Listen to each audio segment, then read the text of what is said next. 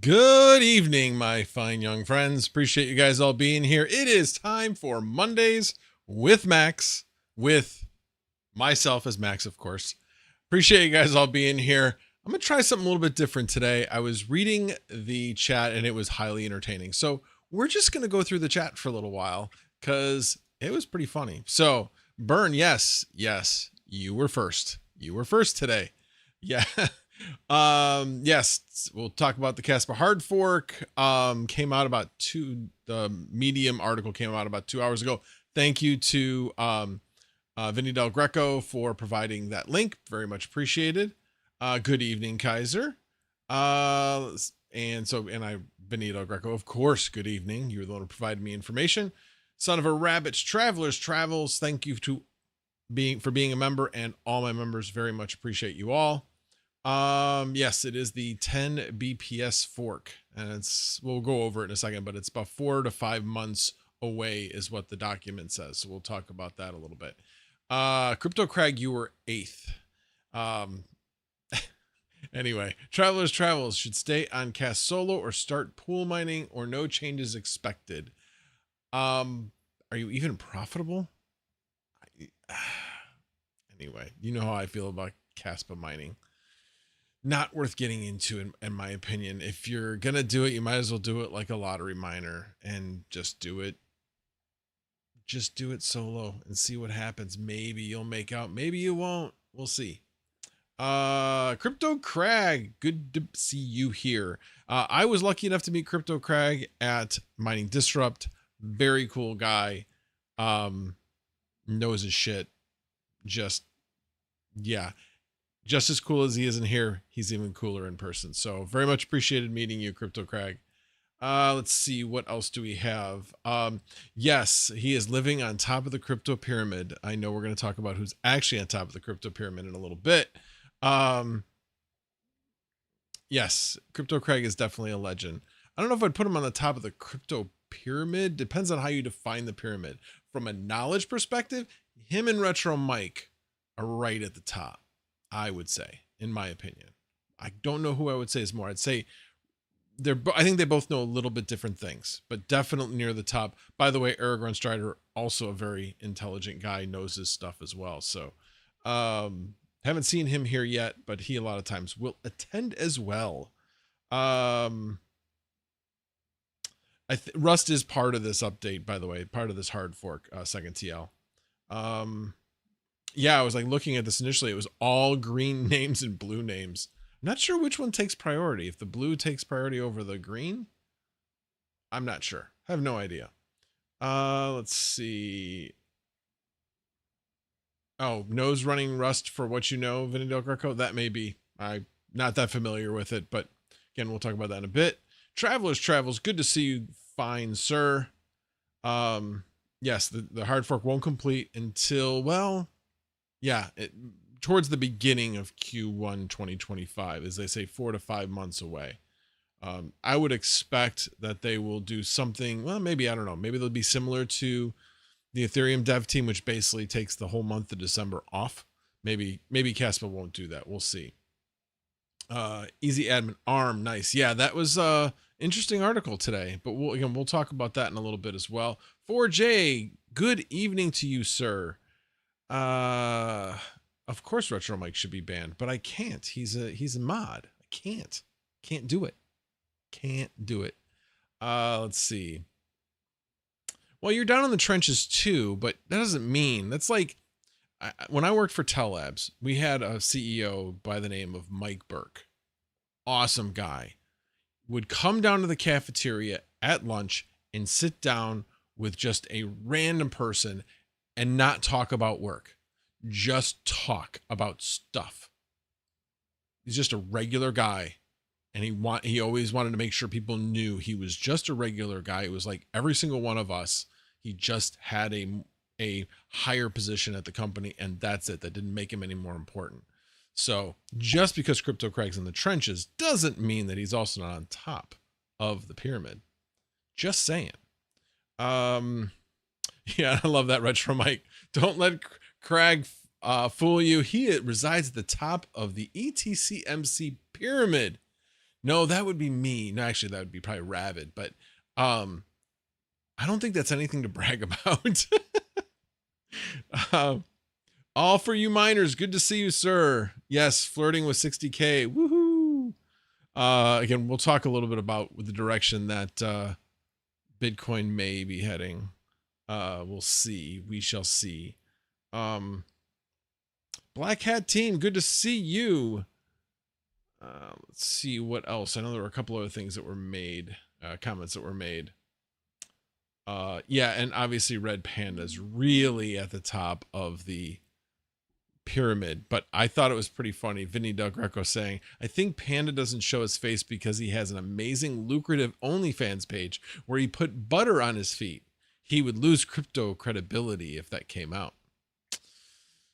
Yeah, I will plead the fifth on that one because I know the truth. Panda has told me. This is how rumors get started. Anyway, hey, where's my anyway counter? I haven't seen us gaming with Smokey Dan yet. I haven't. Maybe he's down further. We'll see. Let's see. Oh, you find the secret life of Panda. All right, I'm going through offshore miner. Good to see you. Oh, that's one of my remoted in desktops that's having an alert. Anyway, I don't know if you heard that or not, but let's see what else. Who else do we have here? Steven Cicero, good to see you, sir. T Gig, Crypto Crag. I already said Crypto Crag. Nelson's Crypto. All right, so Steven Cicero says, Richard Mike, well, damn, LOL, FYI, you got a new person on your... Oh, that's right. BCH is actually becoming a bit more popular to mine, evidently. People are wanting to either mine it solo or actually pool mine it just because be more likely to earn something, maybe a little bit more. Actually, solo mining, because you'd be more likely to get... I saw a calculation today that basically said if you had 120 terahash, you would get about 1.7 blocks per year. So you get something, but you got to stay on it for a while, and there's no guarantee. Yeah. Let's see who else. Jean-Francois, good to see you, sir. So I'm just going to go through the names. Cincy Miner, Turtle, Tech, Automatic Beats, The Mining King. Yes, Elon did sleep at the factory for a few years. Yes, he was down there in the trenches as well. Don't know if he'd be doing that now, but you know what? Actually, I take that back. I think he might. Son of a rabbit, can you answer my two questions above? What were they? So you talking about Rust, but there was no question there. Why is it such a big thing if they're on Rust and not? And if it is so important, why didn't they start with Rust from the beginning? Is that the two questions? You know what? I'm not sure why they didn't start on Rust. Probably because it was harder to implement. But from my understanding, at least the way that they talk about it is that they can get more transactions per second. Being on Rust, it's more efficient. That's my understanding, but that's coming from a non-programmer. And I remember the days of C++ and Fortran and COBOL and all of those languages. But the newer languages, I don't remember which one does what. I mean, I know some of the backend languages like Python, that's for data retrieval and data mining and stuff like that. But Rust, I honestly have no idea what its benefits are. So unfortunately, I can't really give you a good answer on that. All right, going down. Little Time Mining, good to see you here. Big Time has entered.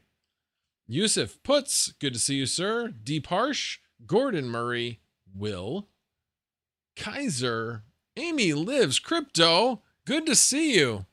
I've been meaning to watch more of your content, but the little bit I have seen is really good. So keep up the good work. You will have a ton of subscribers in no time. And if you have not subscribed to her channel, I'm telling you. And like I said, I've just had a bunch of things going on. I haven't been watching a lot of content. But if you have time to watch content, check it out. Really good stuff. Really, really good stuff. All right, let me see. Geek of all trades. I know nothing. You know everything, GOAT. That's why you're the GOAT. That's why you're the GOAT. Joker Miner. Yeah, it's about time, Joker.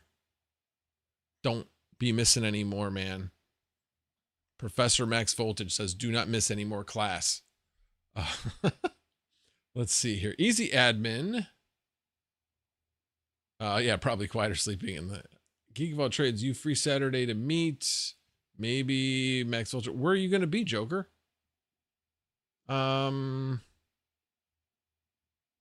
I don't know what's going on this weekend. So right now, my wife is spending a lot of time down at her parents' house. Mother's having some health issues, very up and down. So I don't know. And when she's home, I do like to spend some time with her. I kind of like her. So it depends. It really depends. This past weekend, she was home on Sunday. And we went to go visit my daughter. So that was a lot of fun. But it kind of depends. Like during the week, I just haven't seen her much. So we'll see. But let me know where you're going to be, all that kind of stuff. If it's really nearby, then yeah, I mean, that would just be like a couple hours. But yeah, I think that would be cool. Let's see. Amy Lives Crypto. We're currently debating whom is smarter, Crypto Crag or myself. Your vote will be the deciding factor. Go. Chump change. So did you see my question on Panda stream, which was, if you are listening, if there's a Panda live stream playing in a forest and there's nobody there to hear it, did it really happen? All right, I'll let you mull upon that. All right, Integra guy is here. Good to see you. Let's see who else. Easy admin, Triple Nickel Technologies. Oh, you have to meet GOAT for a laptop for the kid. Got it. I don't know where you guys are meeting, so let me know in DM where you guys are meeting, and maybe make that happen. Let's see. Depends. Is that what she's wearing? Mr. Pringle, how dare you? Panda clickbaited his last video live. Yes, I kind of did as well. I mean, I could have really like clickbaited it, and we'll go over this in a bit, just by saying I'm an idiot, because we'll go over the fact that I'm an idiot by something I did and had to fix. And it's almost flannel season. Yes, Sam's Costco already has them out. Really? Huh. Yeah, I'm kind of out of space for flannels. I have plenty. I have pretty much any color you could possibly want. Or not want. Let's see. That sounded like a Mac startup ding. It was not. It was not. An old Mac. Let's see. What else do we have going on? Mac's terrible. Good. I'm glad I could trigger the red panda. Leaves us again 1 week without news. Yeah, it does make me sad, although I can't wait till his kids go back to school. I'm hoping he goes back to his usual time of 8 a.m. Eastern, 7 a.m. Central, because that works way better with my work schedule. Because 7 to 8, I am putting together reports, doing emails, all that kind of stuff. And it's great having Chump in the background, getting me up to speed on everything crypto in the morning while doing the mundane tasks of the day. So I miss that. I really miss that. All right, let's see who else. Tubin Jar. I know nothing. I'm just going to go through. I think I said Bad Ace already, an offshore miner. Caw Valley Crypto. Good to see you, sir. And let's see here. Pocket Change is here. What are you? Wait a minute. Who's watching the kids? Who's watching the kids? Or are they just like Is it still raining where you guys are? I hope it's not raining, but it is, I'm sure, very late. So, oh yeah, they might be in bed. Maybe you guys are on your electronic devices, just like with earbuds in. I want to max one. Oh, you want to go? Good. I'm glad to hear that. All right, let's see. All right. Hawk mining. Jesus, 20 minutes in, and we're still doing intros. We're only 15 minutes in, by the way, not 20. And I'm not just doing intros. I actually read the chat, and we've been discussing what's in the chat. So decided to do something a little bit different, not just read through everybody. I'm going through the chat. I mean, what do you do on your live streams, Hawk? You go through the chat. That's what your live stream is. And it's entertaining. It's entertaining. So I just decided to do that for the first part of my live stream, and then we'll get into some subjects. Is that okay with you? Is it? All right. They're with me. It was pouring and now muddy out. They are watching a movie. Oh, okay. So yes, distracted. Got it. All right. If you need to have me see something, please tag me in it. I am so bad, and I am without my right hand woman, Sunflower Mama, to keep me on track with seeing some key chats. So really, Hawk, you're going to retract? Retract. Now you make me, I always hate retracted messages, because then I always am wondering, what did that message say? What did it say? And you can't actually like go back and see what it said. Not possible. All right. Okay. Well, let's get into the subjects at hand. So let's go over this one. This one's fun. At least I thought it was pretty fun. So ARM reportedly developing consumer gaming GPUs competing against NVIDIA, AMD, and Intel. Yeah, that's an attention-grabbing title. I think it's a little misleading. I think the real truth is down here. ARM looks to step into a market dominated by NVIDIA and AMD, likely releasing a GPU architecture for both AI and gaming workloads. Yeah, I'm thinking, if I'm ARM, do I go after AI where all the money's made? Or do I go after gaming where it's cool and all, but I'm not going to make as much? I'm thinking AI is going to win out. Now, if you can develop some gaming GPUs using some of that research, hey, great. But I am really interested to see what they come out with. I mean, ARM typically has been a less expensive platform. So very, very curious to see what they come out with and how they may be a game changer in the AI industry with their GPUs. So that would be really cool. So anyway, I don't know. I don't think there was any time frame, just the fact that they were going to be developing it. So, I don't know. Anyway, I thought it was interesting. We'll see how that develops. I'll be waiting patiently. I mean, think about when Intel said that they were developing their first GPU, and then they came out with a GPU and it was pretty disappointing.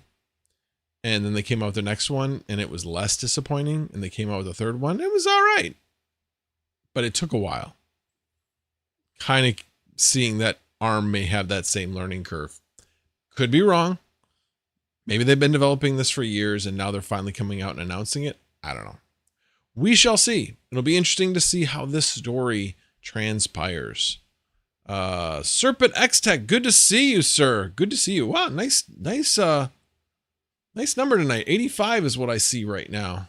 That's a higher number than I've seen in a while. So I appreciate you guys for all being here. Gaming with Smokey Dan. It's about time you got here. If you notice this notice, you will notice this notice is not worth noticing. Nice. Say, you sound like Big Wooly. Big Wooly always used to try to make me say stupid stuff like that. All right. So going on to the next story, which is what we've been talking about in the chat, is this one. Kaspa. Unveil. And by the way, this is the coolest name. I love the name of this hard fork. I'm a music guy, always have been, and unveiling the Crescendo hard fork roadmap. I love that. Love the word, and I love the connotation of it, which is, you know, starting out quiet and getting loud, basically going small, getting big. So I love it. I absolutely love the name. So going to 10 blocks per second and more eventually. And there's more to it, but we're all really concerned about the 10 blocks per second because that was what should drive the price of Kaspa up. So looking forward to that. But from a miner's perspective, I'm not sure that that's going to be such a good thing. It could be. It kind of depends on how much this news and coming out with this will drive up the price of Kaspa. But by having more blocks per second with the same amount of adoption, that means you're less likely to benefit from the fees, you know, like you did with Ethereum. And Kaspa has had those times where you have benefited from those fees. So when you go to 10 blocks per second, yeah, there's a lot more capacity. And we've seen this actually on the Ethereum network when they increased the size of their block. They didn't increase the number of blocks. And that's the other thing. So just because you have 10 blocks per second doesn't necessarily mean that you have that much more capacity. As long as your block size stays the same, yes, it is a lot. But 10 blocks per second, if the blocks are like super small versus one block every 5 minutes. So I don't know a lot of the details of Kaspa, but it is a step in the right direction. But from a miner's perspective, you've seen those nice blips of fees. And when they go to 10 blocks per second, that should go away. And heck, I've noticed that with Ethereum right now, the fees that people are having to pay is like really, really low. So they're not burning much Ethereum anymore. So it is inflationary again. So, all right, back to this though. So one thing I thought was interesting was they said 97% of Kaspa blocks are mined via RK nodes. Thought that was pretty interesting. So Rusty Kaspa node software. So again, thought that was interesting. So it is adopted heavily in their node structure. And where was it? There was something in here. Anyway, I guess it's a little bit further down. I thought it was right in the beginning where it talked about the time frame. All right, well, let's start. So basically the launch and stabilize is done. The identify bottlenecks is done. The iterative improvement will be done in about 2 months. Enhanced user experience in about 3 months. And then additional features 4 to 5 months. So they're estimating that the timeline is going to be about 5 months. So September, October, November, December, January. So we're talking basically about like the end of January timeframe, beginning to end of January. Again, as with any development, time will tell. They do state here that that is their goal for the timeline and that some features might be excluded in order to fit that timeline.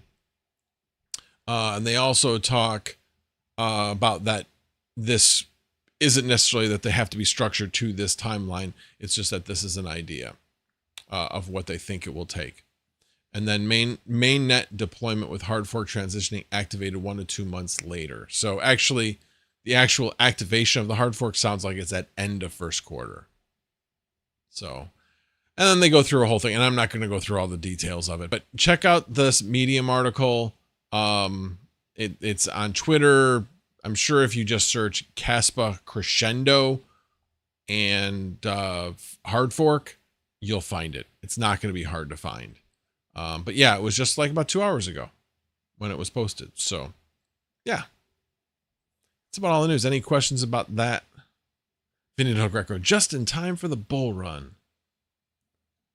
Let's see here. Who else? What else did you guys say? I don't see anybody tagging me. Inflationary and unlimited. Yeah. That is true. With Ethereum, I think is what you're referring to. At least Chump's Kaspa miners run on free power, Panda. That is true. Yusuf, another Husat Max. You tagged me. Son of a rabbit. You tagged me? Where did you tag me? Oh, sorry. It had scrolled off the screen by the time I was done reading that. Going from 1 BPS to 10 BPS means 90% empty blocks will be 99% empty blocks. I wasn't going to be that harsh, but I'm glad you made me read that. Yes, adoption is key to the success of a crypto. It absolutely is key. Got to have adoption. Okay. Let's see. Nobody else tagged me. Okay. But thank you for calling me out, son of a rabbit. I appreciate that. Sometimes I just need that smack across the face. That's what I needed. Okay. All right. Let's see what else I want to transition into. Oh, let's talk about why I'm an idiot. So, yesterday,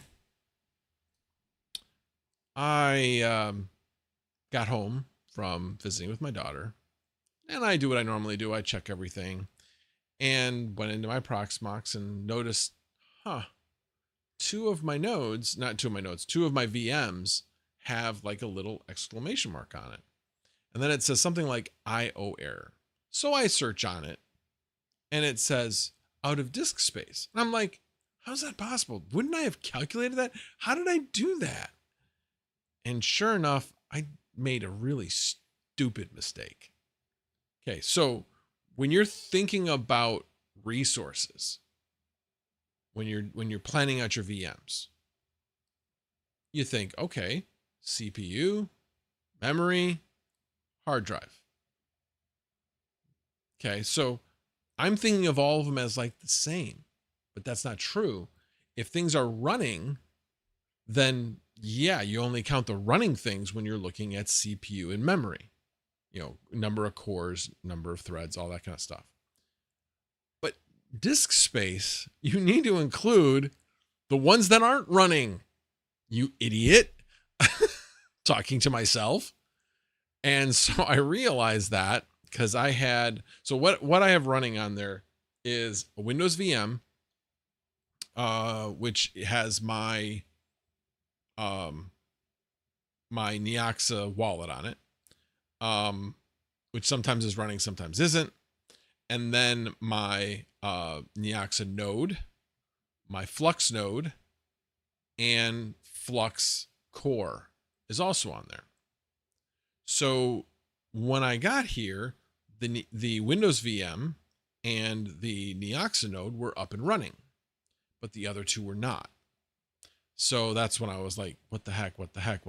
Realized what had happened, deleted my non-running salad, also deleted my Vast AI, which was kind of a mistake. I didn't need to do that at that time. It's actually good overall that I did that, because I will probably move something from one of my disks. Like everything's on one disk right now, and I have another disk that's not being used at all. So I'm going to move one of my VMs to that disk at some point. Right now it's all running and it's good. But yeah, so I deleted both of those and then everything started running. I was like, why did you do what you know you shouldn't do?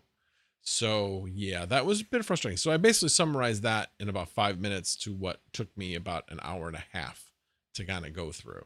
Because I was trying to figure out an easy way to like move one thing onto the other disk, which there was a way.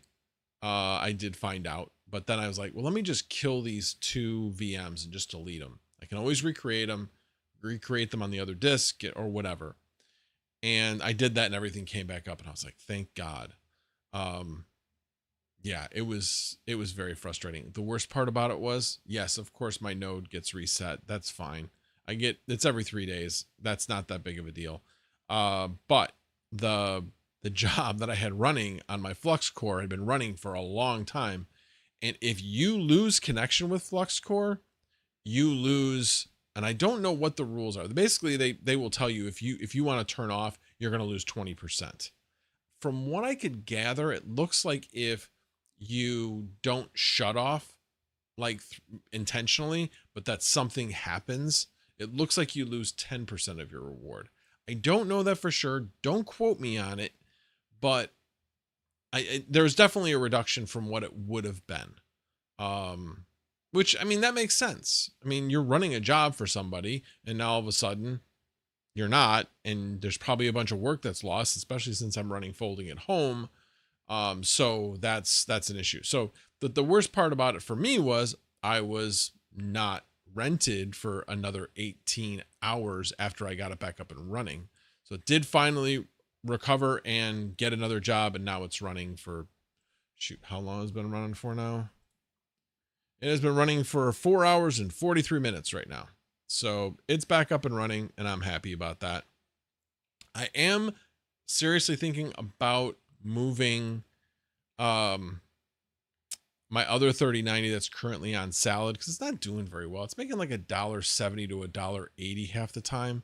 I'm going to show you a comparison, and that was during good times, but we'll talk a little bit about that. But yeah, I'm thinking about moving it over to FluxCore. I actually bought this over the weekend. It's a PCIe adapter plus an SD card. I already have it installed on here. So the intention was to put this in one of my Xeon workstation rigs.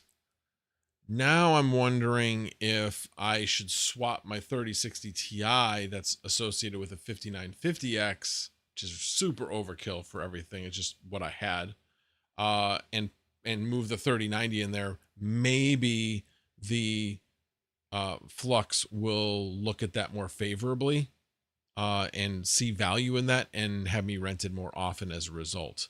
It does not appear that Salad values that at all. At all.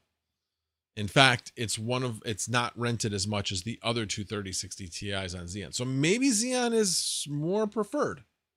It's like the one I'd be swapping it with is a 10 core, 20 thread, version 3 Xeon, but pretty dated, but still not a bad processor. Goat. Well, here, let me see this. Let me see if I missed any other ones. No. Okay. So Goat says, forgot about the idle storage. LOL. Yes, I forgot about the idle storage. This guy is an idiot. So then Geek About Trade says, Laura, I think I have a few of those laying around. You should let me know. Oh, these things?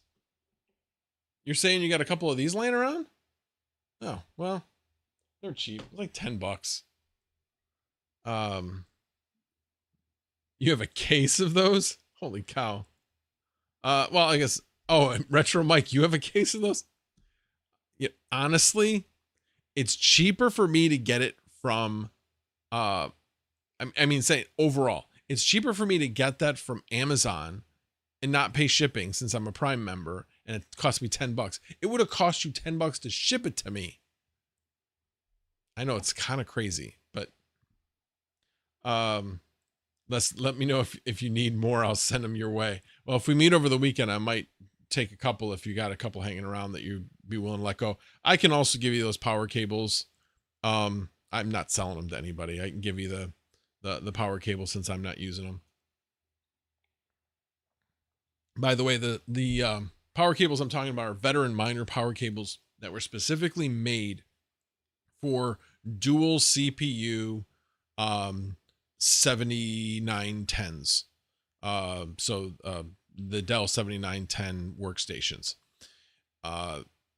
In order to make best use of the power connections to power GPUs, you need to have special cables that uses an 8-pin that was supposed to be used for, it's actually, I think, a 10-pin that was supposed to be used for one of the CPUs, and the other one's supposed to be used for the other CPU. So individual, but they don't require individual as long as you have a lower power CPU, which I was using. So basically he made a 2-to-1 adapter for the first CPU power to power both CPUs, and then I was able to use the other one to power the GPU. So it's a good thing, very good thing. I got those T7810s for sale too, if anybody is looking for some with TVM cables included. So yeah, I can donate those. So in case you want to include them with some of the dual CPU type things. So yeah, I can definitely do that. Like I said, they're just hanging around. I did just put them. So, I know where they are. They're in one of those boxes back there. Oh, that was the other thing I did over the weekend. I cleaned up the den. Like, you guys have no idea, because obviously all you can see is from here up. But behind me was boxes and boxes of stuff. Because when I'm like opening up stuff, it just kind of gets thrown back there, and I'm focused on making something work. And then it kind of gets left, and it really was driving me crazy. As Sunflower Mama said, if you think it was driving you crazy, like, yeah, it was really driving her crazy. So she has the patience of a saint. Anyway, so I spent a lot of time basically cleaning up the den and moving things around and throwing things out that didn't need to be around anymore, like cleaning up a lot of the boxes that we'll never use again, consolidating the boxes that we may use again. Yes, we do save boxes for shipments, if we're shipping something to my son or something to my daughter, and so we save good size boxes that we would use. But anyway, that was my major project for Saturday. And then my wife told me she was coming home on Sunday. And then, that was the other thing I did on Sunday. I actually used my handy dandy camera. Oh, and that's supposed to be like that. But anyway, use my handy dandy camera to tape myself updating the BIOS of my daughter's computer, which I still need to do it to mine. And I need to go, I know where that is. Oh, thank God I didn't watch those shorts. I have my USB flash drive with some somewhat important stuff on there. It wouldn't be the end of the world if I lost it, but somewhat important stuff on there. Anyway, that's where I keep a lot of my BIOS updates that I've done in the past. So I've got 2 more BIOS updates that I want to do. One for the 5950 in the basement, and this computer that I've got right here. I want to update both those. But anyway, updated my daughter's BIOS because of the newly announced AMD vulnerability that actually, if you had a BIOS, I think it was March of last year on, that you would be fine. You need a GISA 1.2.0.a or later. And if you have that, you're fine. My daughter did not. She had 1.2.0.5, I think is what she had. Something like that. Which in that case, that means she was 6.7A. Yeah. 6.7A. So she was 3 behind on the AGISA. On the AGISA release. AGISA, I don't know how you pronounce it. But yes, highly recommend. Check that out. It's not, they said there's like 7.5 is the criticality of it. That's what they 7.5 out of 10. If somebody doesn't have access to your computer, that remotely or in person, if they don't have access to your computer, they can't make use of the vulnerability. But if you get hacked, you get phished, where somebody now has access to your computer, yes, they could get into your BIOS and put in a boot something. I forget what it is, but basically malware that can't be detected. You do not want that at all. So yeah, I still need to do that. So highly recommend everybody does that. That's the bonus tip for tonight, because I wasn't planning on bringing that up. So anyway, that's what happened to me this weekend. But everything else, honestly, has been running pretty darn good.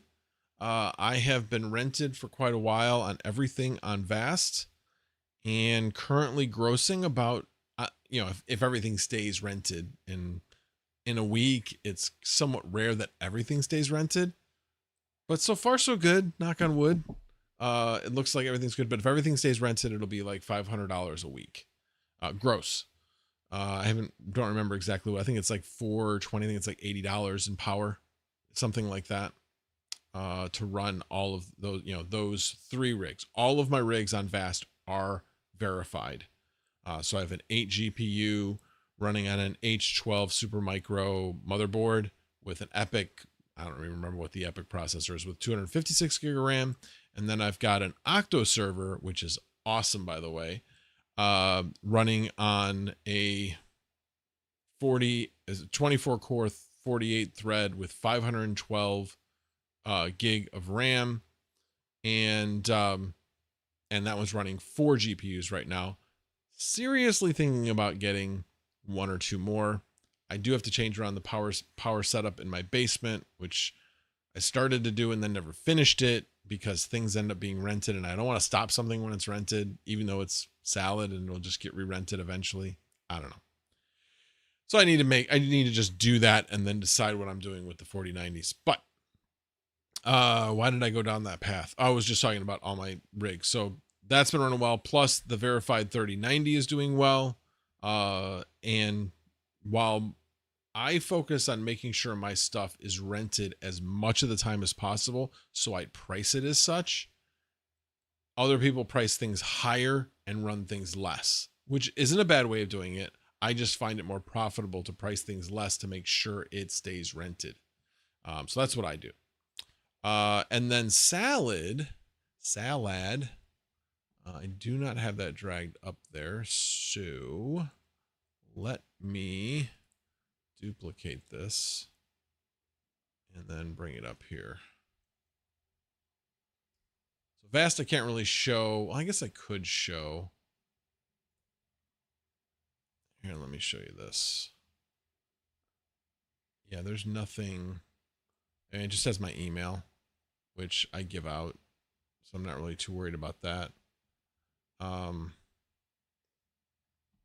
But this will show some of the payments that I've gotten. So let me switch over to that screen, expand it a bit. Oh, that does not work. Barely at all. Well, that's fine. You can see it a little bit better. So those are my last payments. This one, last one, last week, I was definitely not rented on my 8 GPU rig for a little bit. So that was not good. And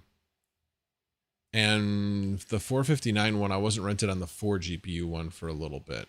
But now, like I said, now everything has been kind of settled in just running. Now, obviously, if I get a power outage or an internet outage or something like that, things can change very rapidly. But we'll see.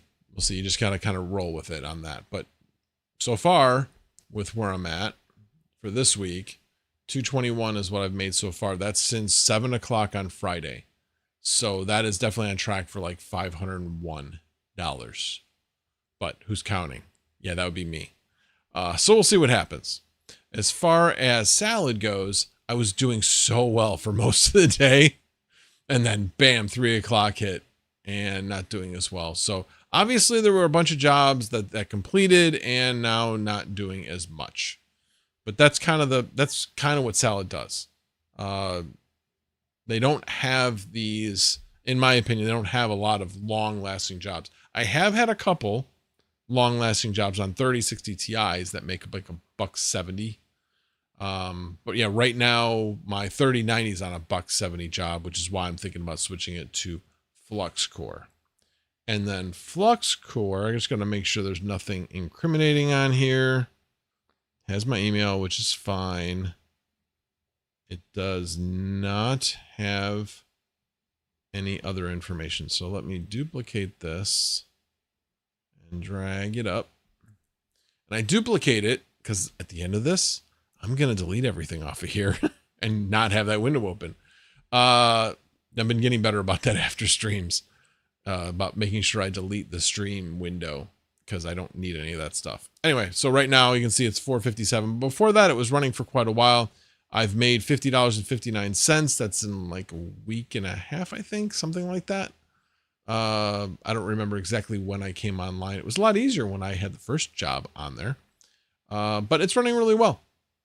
Like I said, I'm thinking I'm going to add one more, especially if I can get rented at this rate of 24 cents an hour. But let me take you to the other thing, and that is, here, let me go to slideshow. There we go. So this is what I put together. So the profitability of AI Marketplace is on a 3090. Now, some of this is like best case, okay? So the Vast AI Verified, that's going to run at that, and I don't have any trouble getting rented at that. So this is for me, a good estimate of what I'm actually making. The power on it is so little, there just isn't much there. So I basically just put like a 50 watt idle, and it'll eventually, turn on, GPU will go on for a little bit of time and then turn off. So it's very intermittent on the current job I'm at. But it is 19 cents. So making about $130 or so monthly profit. So that one shows that it's the least. Salad, on the other hand, this is the best case. It was making 21 cents an hour, and it did that for like 3 days straight before I did this. And since then, it hasn't been doing anywhere near that. Again, the power's low, which is great. There is a 9.1% fee that you have to take into account. Basically, they pay out $110 for $100 for 110 in credit. Okay. So you think that's 10%. It's actually not. It's 9.1%. So this one comes out to be 134.85. Now, Flux does come out a little bit higher, actually. You'd think it'd come out a lot higher since it's making 24 cents an hour, but because the power is so much higher. So it's not just even pulling 350 watts from the 3090. It's also pulling significant power from the CPU. And in this case, it only has 4 cores. So I estimated it about another 25 watts. It's probably closer to 400 or so. I don't have watt meters on any of this, but so it's take the wattage and the power measurements with a grain of salt, but it's all on the basis of 12 cents per kilowatt, which is my average rate most of the time. Sometimes I'm lower than that, very rarely above that. It's never at 13. It might be at 12 and a half occasionally if it's a bad month, but for the most part, it's somewhere between 10 and a half and 12. So I'm using 12 as the worst case for me. But it comes out to $140 a month. So, honestly, they're all good platforms. Flux right now is easier to get rented on right now because they have a folding at home promotion going on. So once that promotion's over, I'll be curious to see what happens. Am I going to be more rented? Or am I going to be rented at all? Maybe people will just continue just running folding at home just because, oh yeah, I'll just keep running it because it's a good thing. I don't know. Not really sure. But with that said, the Salad, what are the pros? It's easy to install and the pricing is set by Salad. So you don't have to worry about the pricing. The cons, on the other hand, it runs on Windows. So you freaking have to monitor the thing because Windows is stupid. It just occasionally will just decide it's going to restart for whatever reason. And it drives me nuts. Never have that problem with any of my Linux machines. And I know, yes, I've turned off updates. I've done all those things. Don't know what to tell you. But you have no control over pricing. So that is a negative for some people, but some people don't want to worry about it. They just want to set and forget. And then the other con that other people have said is that paid in gift cards or PayPal. I don't have a problem with either of those. I like getting paid in PayPal. I have gotten paid in Amazon until I realized, well, that's stupid. If I put it on my Amazon charge card that I pay off every month, I get a 5% discount. So why would I want to use an Amazon gift card where I'm not getting that 5% discount? Makes no sense. So I stopped doing Amazon. I just did like $70 worth, something like that. Which actually did pay for this SSD or this NVMe drive and the adapter. So there you go. So I got that straight from Salad. So Flux Core, highest current profitability. That's what one of the major pros is, obviously. It runs on Linux. It actually does run on Windows, but you can't get paid on Windows right now. It is not working. So you have to run it on Linux in order to get paid with a rental through Flux Core. So know that. That's a big question that people always get stuck on. Oh, I can use it on Windows. It says I can install it on Windows and it doesn't work. Pricing is set by Flux. So again, some people will see that as a pro and as a con because you don't have any control over pricing, which is what I put on the con list. It is currently in beta. It's moderately difficult to install. I figured it out. It's not that difficult, but there is a lot of support, so that's a good thing. And then you are paid in Flux, which means if you want to turn it into dollars, you have to figure out a way to get it back to dollars, doing it through exchanges or whatever. So since Flux isn't on a lot of exchanges, it can be a little bit more interesting to get it back to dollars. So that right now I would say is kind of a major negative for most regular people that would be trying to just do compute. Invest AI, it's got the most consistent demand, even though it's not super consistent. Ability to set prices, which is what I really like. It does run on Linux, and I do like the fact that it runs on Linux because it just runs and continues to run. And then the best part, pay directly to your bank account. Just pays directly to it. That I like. Now the cons are difficult to install, unless of course you have the Mining King install guide. And he will be putting together, he has this one already put together, but there are other guides that he's going to be putting together. So how do you get access to those? Become one of the Kingsmen. Okay. That's how you will gain access to them. You need to monitor pricing trends with Fast AI because you got to change your pricing because you are in control of your pricing. And there are tools out there that are free that you can monitor that pricing with, but you just got to make sure that you're doing that if you haven't been rented for a while. More hands-on required. I'm not sure why I put that one on there because it does just run. I don't even remember why I put that one on there. I remember why I said that. Because of setting the prices. You have to be monitoring the prices. So if you're not rented, why aren't you rented? Do you need a lower price? You've been rented a lot. Should I be raising my price? You know, those types of things. We're starting to head into school. I expect prices may increase because universities use this. So we'll see. And then in order to be really profitable, verification is needed. And in order to get verified, this is what I've been told. In order to get verified, you need to basically leave the unit unrented for a week. You set the price super high, and you can set it so that you have a interruptible job. If it's interruptible, they can interrupt it with the verification tests. So got to make sure you set it and do it for like a week and then put it back to a reasonable price so you can get rented. And usually within a couple weeks, if you have a needed. Now, if you do this with like a 3060 Ti, you're probably not going to get verified. But if you do it with a 4090 rig, there's a good chance you'll get verified doing that. It has worked for me in the past. And what you can do is if you have a number of GPUs and you want them all to be verified, just keep moving that 4090 around because you can change out the GPU in a unit, in the same unit, and then have it still be verified. Or you can move the machine ID to a different rig. The only thing is you have to make sure that the one you're moving it from to another one, it has to be no less than the number of GPUs that you have in the unit. So let's say I wanted to move my 8 GPU rig machine ID to my 4 GPU rig machine ID machine. That would not work. That would definitely not work. So has to be at least greater than the one you're moving it from. So there you go. That is my 2 cents, if it's even worth that much, on the profitability of AI marketplaces and their pros and cons. All right, now let me get back to the chat because I'm sure I missed a lot. Let's see.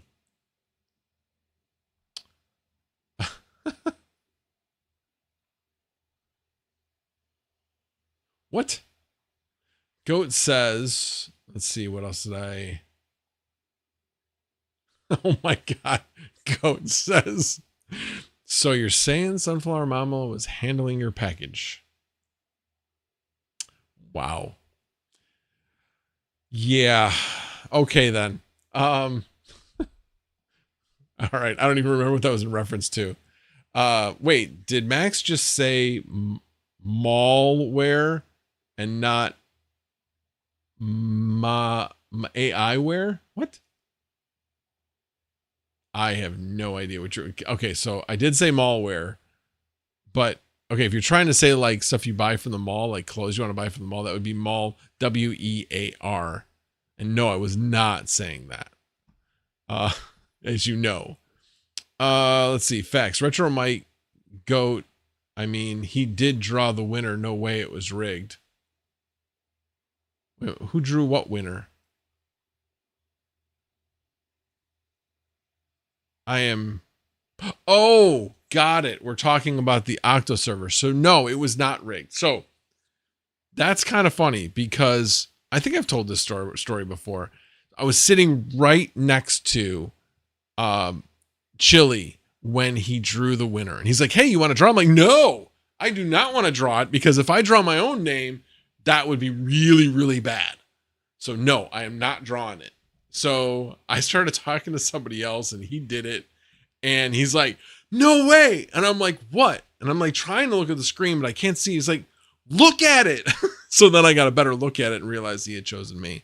So yeah, I was obviously thrilled to death to win that thing. It has been, it's awesome. Now it's funny. The wife, so my cards are kind of tall, so I still have it open. And the card, like I said, the cards are kind of tall. That's why it's open. So it's not blowing through as much as it would normally be. Plus all of the cards have vertical, heatsink fins. So it doesn't blow through as it would with horizontal heatsink fins on it. So I've had to turn up the fans when it's been hot out. And that sucker is easily as loud as an ASIC when you turn it up to like 90% fans. So right now, especially with where we have it this week, 70% fans will do just fine. So yeah. Let's see. All right, let's see. Going down. Geek of All Trades says, wait, Max, how does Vast not have a fee? It doesn't have a fee because they changed the way that they do it. So yes, technically it has a fee. So if you like look at your rig on Vast and you look at where you're setting your rental price, you're setting your rental price on what you are going to get paid. Okay. Now, if you look to see what somebody else is renting it for, you need to add a third onto that. And that's how much they're adding for their own cut. So it's basically like if you were mining at 100%, okay, you're only getting 75%. They're taking 25% cut of the total amount that revenue. Again, simple math, 75%, you're adding another 25. 25 is a third of 75, so you're adding another third. So that's basically how it works out.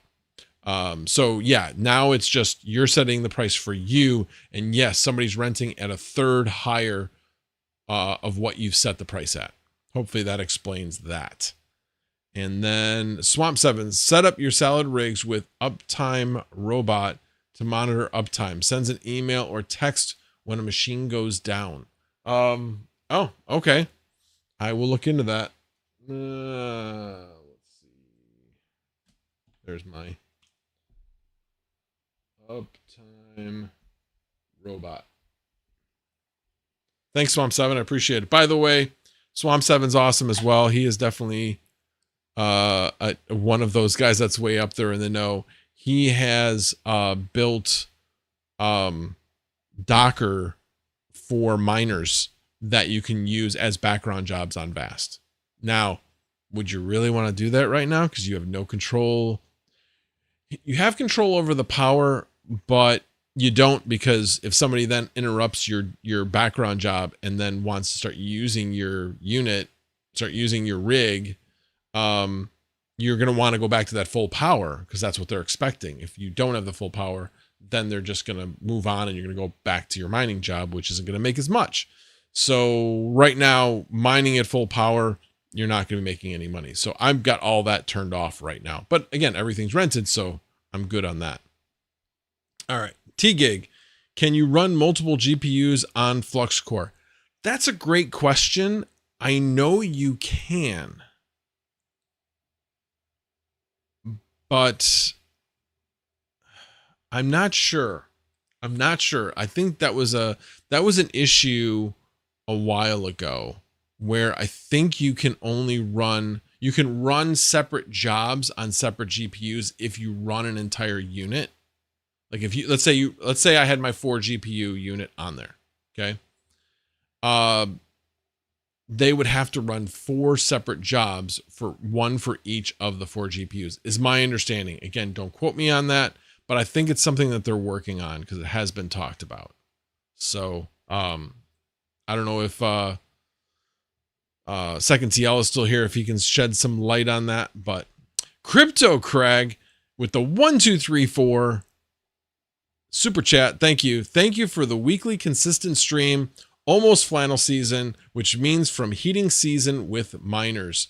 I can confirm it was not rigged. I was beside Max, LOL. Well, yeah, I mean, unless I am like the world's best actor, I was shocked. Absolutely shocked. I knew that there weren't a ton of people, and they had actually picked one person before, but one of the requirements was you had to be at the show. That was the requirement. And somebody from Canada who wasn't at the show actually was the first drawing. They're like, oh, sorry, my bad. Didn't realize you had to be at the show. And then he redrew and then drew my name. So that is how it came about. All right, let's see if I missed anything else. Retro Mike says, I thought FluxCore worked on Windows with WSL. Is that not the case? It does, but right now, for whatever reason, you can't get rented. It's something they're working on. Again, it's beta, but right now, if you're going to get rented, you have to be on Linux. All right, let me go back to the other ones. Aragorn Strider, good to see you, sir. I just said nice words about you about an hour ago. Well, a little bit less than an hour ago. That's why servers go in data centers. Loud fans. Also, thank you for the shout out. Oh, you heard the shout out. Okay. Got it. Yeah, no problem. I appreciate all the help. I'm trying to remember what you helped me with. It was like invaluable. What did you help me with? I'm sorry, I'm drawing a blank, but trust me, it was like, I would have been at it way longer if he hadn't said so. Oh, the memory. That's what it was. So I don't know what happened, but for some reason, that 5950X salad rig that I've got, it was having errors. And so he helped me narrow it down to what it is. We figured out it was the memory. And so I tested each of the memory sticks. They all tested good, but then I realized I tested them at the non-XMP rate. And so I just stuck them back in non-XMP, reset all the settings in the BIOS, because that's basically what happened at one point. The settings in the BIOS reset. So I set them all back, got it back up and running, and I've been good ever since. But he was invaluable with just pointing me in a few different directions that saved me a ton of time. So thank you, Aragorn. I appreciate it. Goat says, so the vast margin went up, but they made it less transparent to make you think there is no fee. No, that is not it. So again, you set it at 100%. So they were taking 25%. So 75, 25. Okay. Again, it's 25% of the total amount, but if you set your rate at 75% and you're adding in that other 25%, that's a third more. It's just math.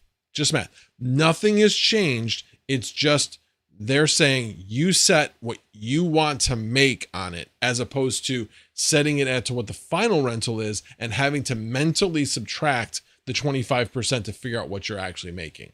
That's all they changed. So there is, and they were very upfront about it. There's messages. And I still get the damn message. I wish I could just say, I get it. Stop sending me this damn message. But no, they were very upfront about it. I think they were just trying to make it a little bit simpler, so that people wouldn't get confused, or even, like I said, they just didn't want people to have to do the mental math. Retro Mike, there's an open source Docker alternative to Uptime Robot you can run on your own network. Think I did a video on it last year. Forget the name of it. Worked good though. Interesting. I've been thinking about trying to figure out what I want to run on my Unraid server. So maybe I can do it on there. Where to put this on here? Here, I'll just make a box. Docker. Retro mic. I'll hopefully remember what the hell that is because I can barely read it. But I appreciate that. Thank you. Let's see. What else? Okay, there we go. It jumps when you get near the bottom and you're so you and Vince Vaughn, amazing actors, fitting Del Greco. You know, it's funny. My brother always said I should have gone into acting, because of, I don't know. He just thought I'd be good in doing that. I don't know. Geek of all trades. Sounds like a scam to me. AI must be one big scam. Waiting for that bubble to pop already. Sheesh. Copilot predicted it already. I wouldn't have invested in 4090s if I thought it was going to pop. I think it's here to stay. It's just going to go through waves. It's going to go through waves. It's going to be adoption where there's going to be, we're not going to have enough GPUs. And then we're going to have too many GPUs for the amount of demand. So then you're going to have that go on. I think that's kind of where we're at right now. So we need that next wave of adoption to come into play. All right. Let me see. No more tags. Okay. So enough of that. What else did I have to talk about tonight? I talked about that. I talked about that. So the last thing I have not talked about that was on my list.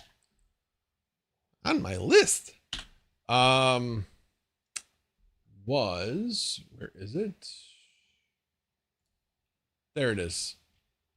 Attention Bitcoin traders, the Japanese yen is strengthening again.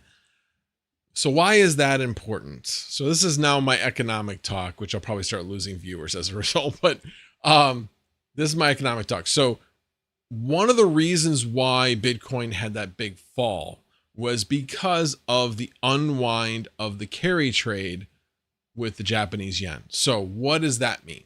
Okay. Japan has set interest rates really, really low.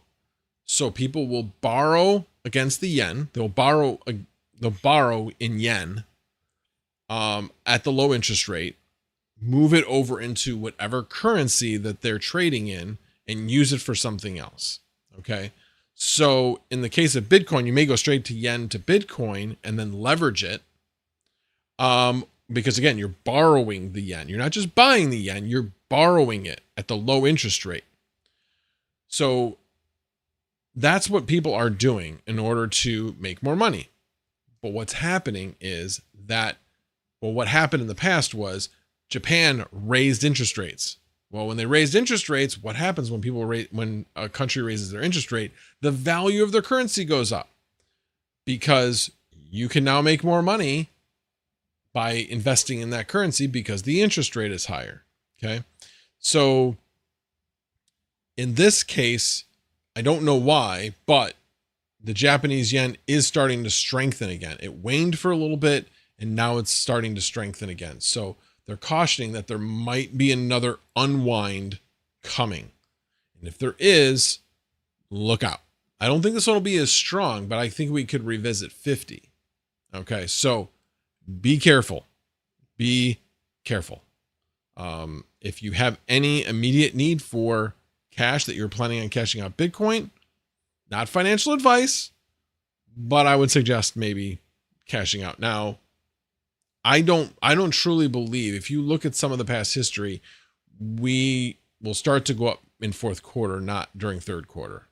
So I think when we start getting into mid-October, I think that's when we're going to start seeing the increase and hopefully get into the bull run. Hopefully this cycle holds true. I still think it will, but I don't think that cycle is really going to start until like mid-October at the earliest. That's my opinion.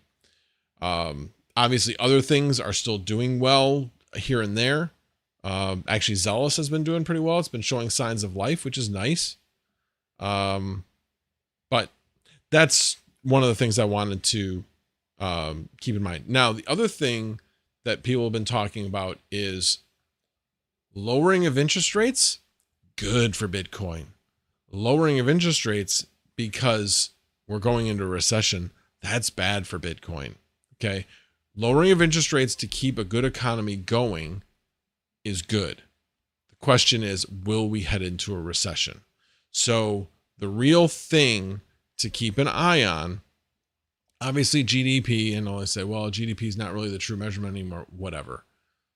Keep an eye on GDP. If we start to see it continue to trend downward, yeah, it's a little bit to worry about. The other thing, and this is where I think it's like super tricky to decide when to lower interest rates. Okay. If you look at this last CPI report, most of the inflation from the past year was housing. And so why is that? It's because of rents and it's like called OE something or another. But anyways, owner equivalent. Yeah, OER, owner equivalent rents. So in other words, you own a house. Well, I know what my house is, and I've got it at a 2 3/4 interest rate. I'm not planning on moving anywhere right now with that interest rate. But they do a owner equivalent rent on houses. How much would I be able to get into the market given what interest rates are at currently? And rents have a little bit of a premium above that. So if interest rates are high and going up, it actually exacerbates CPI. You'd think that's kind of counterintuitive, but it's not. So now that the Fed is going to start reducing and mortgage rates are going to start coming down, that part of the CPI index may start to fall. And then all of a sudden you got this really big decrease. And then people look at the CPI index and go, oh crap, we're heading into a recession. And then people act like you're heading into a recession because people don't know how all this works. So I really truly believe that we're going to start seeing some, if the Fed starts reducing, that will really, really help the housing market start to come down in price, I believe. Not necessarily guaranteed, because as interest rates come down, prices could go up because of the housing shortage. But we'll see. We'll see what happens with that. But just hang on to your britches, because it's going to be a bit of a bumpy ride, I think, with this bull run. It's going to be very interesting. Going to be very, very interesting. The other thing to keep an eye on is the PCE, which takes housing kind of out of the equation. It has much less of it in the equation. And this is what actually the Fed uses in order to decrease interest rates. So in order to decide. So when they say they have a 2% target, they're talking about the PCE, not the CPI. So that's what they're looking at. So that right now, over the past 12 months, I forget what it was the last month, but they're targeting right now, it's probably going to be about 2.1, 2.2. But if you look at like the last 3 months of that, remember they do it year over year. The last 3 months has been really, really small. I think they said last month it was 0.2%, was what the inflation was, but 90% of that was housing. So I don't know. It's going to be really interesting to look at the numbers over the next couple of months and see where we're really, really going to head. Because it's going to be, is the housing shortage going to win out from the inflationary perspective, or is the interest rates coming down going to win out to bring down the cost of housing? Going to be very interesting to see what happens. All right, let me go back to the chat, see what I might have missed. I see only one tag so far. Vinny says, U.S. government told Japan they couldn't sell U.S. treasuries. Money printer fired up and sent to Japan to shore up post-carry trade unwind. Oh, interesting. I did not know that. Pretty interesting. Amplifier Gaming, good to see you, sir. Yes, all caps does get my attention, just in case you didn't know. And I'm guessing you are on a phone, otherwise you would have tagged me. But I appreciate you guys all being here. 94 still. Wow. Definitely a good day for a stream. Hit 104 at one point. Nice. And okay, good. Gaming with Smokey Dan is back with us. You need to do not just the icon, but a counter as well. so we can really see how many times I actually say it. I would not view that as a troll. I would view that as a service. So, alrighty. I think that's all I had to talk about tonight. Yeah, like I said, the one thing I want to do is I want to get that one 3090 onto not Vast AI, but Flux. So I'll probably do that tomorrow night, most likely. Hopefully get home from work, get it so that it's loaded with 22.04, Ubuntu 22.04. Get that all set up so that I can come up here and then set up the rest of it while watching Terahash Tuesday. So got to make sure I get that done. Yeah, and today was an interesting day at work. It was just juggling. It wasn't super busy, but it was just juggling things to make it the most effective. So I don't know. It was just, for me, it was a creative day, and I like creative days. Did things a little bit differently today in order to make the customer happier. Yeah, it was just one of those days. I liked it. Definitely liked it. Hope your day was good as well. Gaming with Smokey Dan next week for sure. Okay, cool. I look forward to it. Retro Mike, did you decide whether to set up remotely or not? I do want to set up remotely. I just haven't. I was planning on trying to do that on Sunday, but no, I have not had a chance to do it, but definitely will.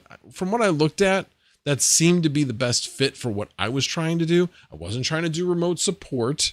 I just wanted a centralized way of looking at all of my clients. I got the agent installed on MMPOS as well. Works good. Interesting. Yeah, see, I don't have any Hive running at home, so I definitely don't need it for that. All right. Any other questions? Because I have been on for an hour and 15 minutes. Retro Mike CNN. I'm not even going to read it because we are not. That's a triggering statement that will turn into a political discussion, and I will not read that comment. Oh my God. I take it back. Hawk is the one that said it. And I will ban you, Hawk, if you talk like that on here. Okay, I'm going to give a little diatribe here that is non-political. All of the news networks are not news networks, people. They're entertainment networks. They are entertainment first. That is what they are. Get that through your heads. Do your own research. Don't listen to Fox. Don't listen to CNN. Well, you can listen to them, but don't trust it. Look up the details. Find the truth. All right, done. Oh, you started it, Hawk didn't? Okay, fair enough. I like the fact that you called yourself out, Retro Mike. Appreciate that. Turtle Tech. Wow, I that's the sincerest form of flattery, but you are entertaining. What does that make you? Retro Mike, only trust Wikipedia. I mean, again, it's a varying amount of sources that you can look to. Yes, Wikipedia is sourced by regular people, so it can be wrong. It definitely can be wrong, but you get enough sources and you can find the truth. There's actually a website that has like where on the spectrum a news agency falls. I mean, obviously it's not any big secret. If you look at Fox News, they're way on the right. And if you look at MSNBC, they're way on the left. Okay. And everybody else is pretty much there's people further right than Fox News. And I believe there's even people further left than MSNBC, as hard as that is to believe. But there are people in the middle that you can look and you can see that what's actually happening. You know, when there is bipartisan, legislation that's being, presented and trying to get through committees, there are actually news agencies that are trying to report this information so people see it, but nobody reads them because they're not entertainment. They're boring.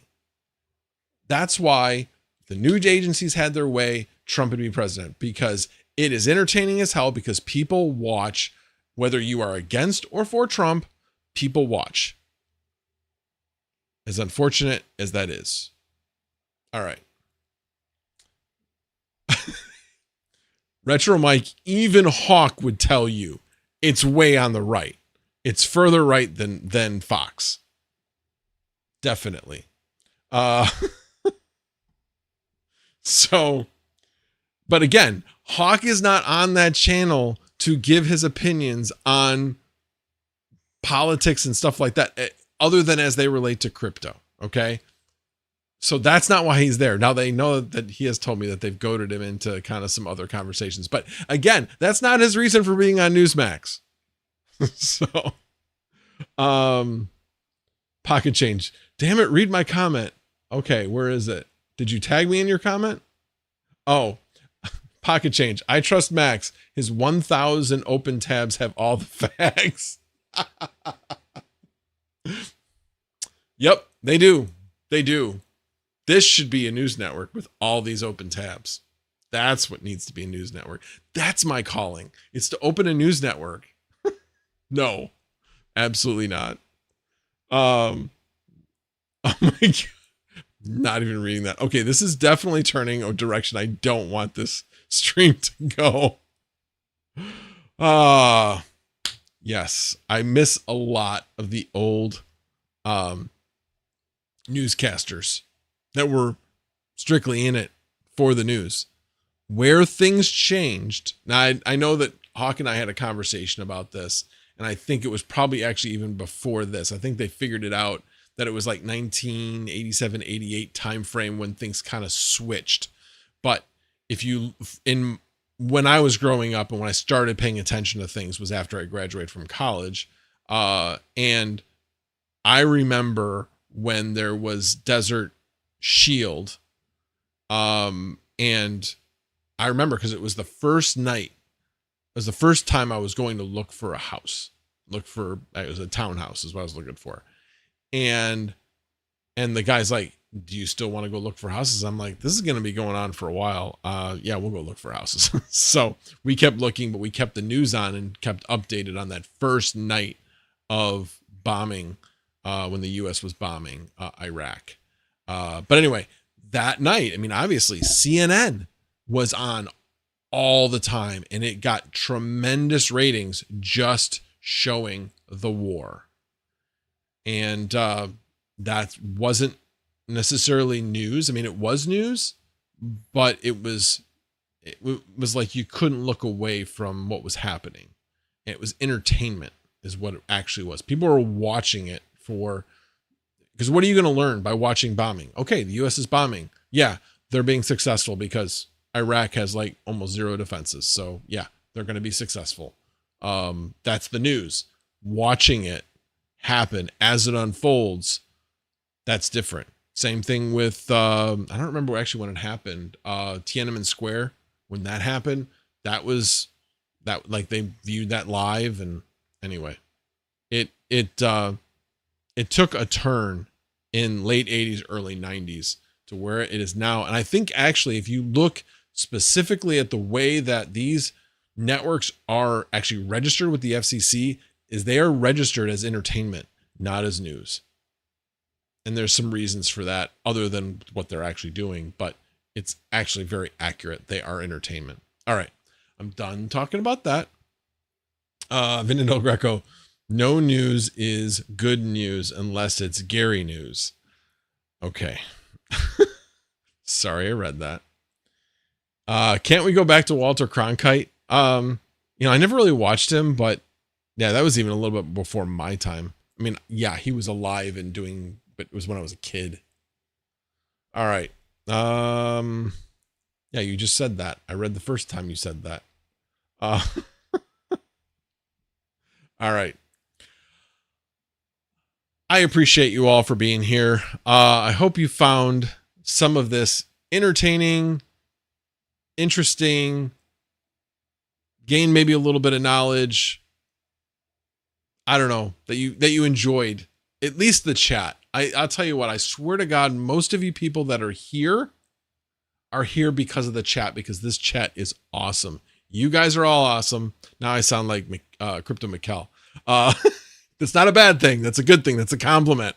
But anyway, but yeah, you guys are all awesome. I appreciate you guys all being here. This is what makes this stream as good as it is. Very much appreciate you all. Please, if you don't mind, hit the like on the way out. It does matter. It helps with the YouTube algorithm. And I will see you guys again next Monday. I will see you on Saturday Night Live, Misfit Mining Saturday Night Live this Saturday. But don't forget to tune in to Terahash Tuesday tomorrow night. And don't forget to tune into Wired Wednesday on, well, Wednesday.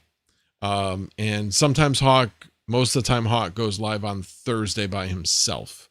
Although sometimes people like me will call in and co-host with them. So again, always somewhat interesting. All right, guys, appreciate you guys all being here. And the General is out. Have a great night, everybody. Good night.